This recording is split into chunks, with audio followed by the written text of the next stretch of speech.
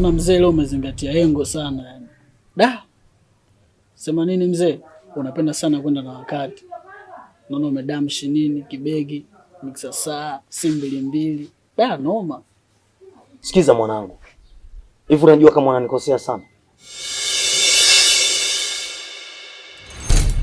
Leo nimekuita hapa nataka kujua mama yako amekufanyia nini mpaka unamfanyia vituko. Yaani wewe na mama yako kila siku mwelewane. Nyumba inakuwa ya moto, nachoka.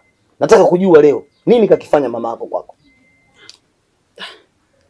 Yaani kiukweli mzee, yule mama ananikata sana. Afu wewe na yule mama, yaani mbingu na ardhi. Lakini ashakumsoma tusi. Hivi yule mama umempendea nini?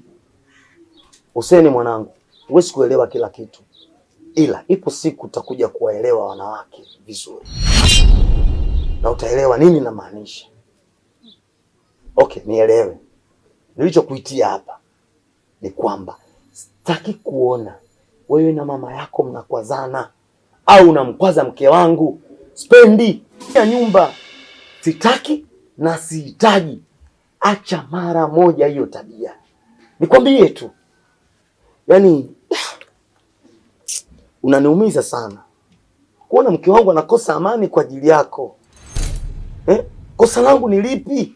Ama kosa lake ni lipi? Nikwambie tu mimi mpaka hapa unavyoniona, unavyoniambia sijui nazingatia engo, sijui nafanya nini. Ni kwa sababu najipenda alafu fulana wanipa mama yako. Kuna wamama hawataki kusikia kabisa kuishi na mtoto wa kambo. Kwa sababu ya matatizo kama haya, bado mama wa watu wamekupokea. Anaishi na wewe vizuri tu. Lakini kila siku unamkwaza mke wangu. Sasa kwa taarifa yako, utamu wangu na furaha yangu ni yeye. Yeye ndo ananipa mimi amani. Yeye ndo ananipa raha. Acha anastaki. Siniingilie kwenye swala langu la mahusiano.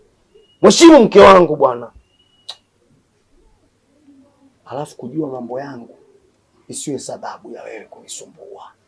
Na ole wako siku nisikie mama yako amemwambia majambo yangu yote ya mtaani.